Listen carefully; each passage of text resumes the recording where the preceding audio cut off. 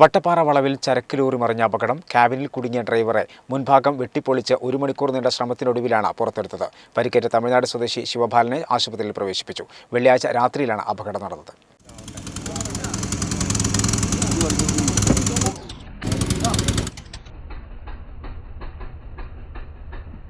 ദേശീയപാത 66 സ്ഥിരം അപകട മേഖലയായ വട്ടപ്പാറ വളവിലാണ് ചരക്ക് ലോറി മറിഞ്ഞ് അപകടമുണ്ടായത്.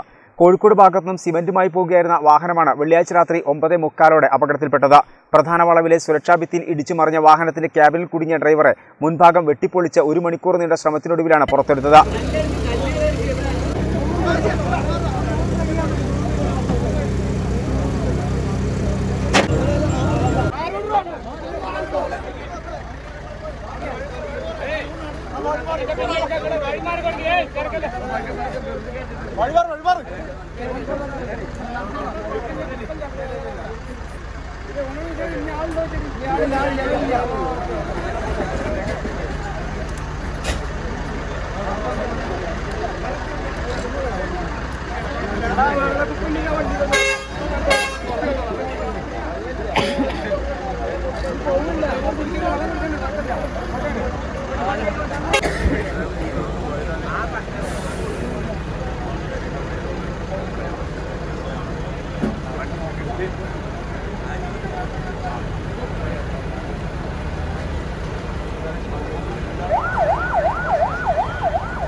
പരിക്കേറ്റ ഡ്രൈവർ തമിഴ്നാട് സ്വദേശി ശിവപാലനെ വളാഞ്ചേരി നടക്കാവ് ആശുപത്രിയിൽ പ്രവേശിപ്പിച്ചു.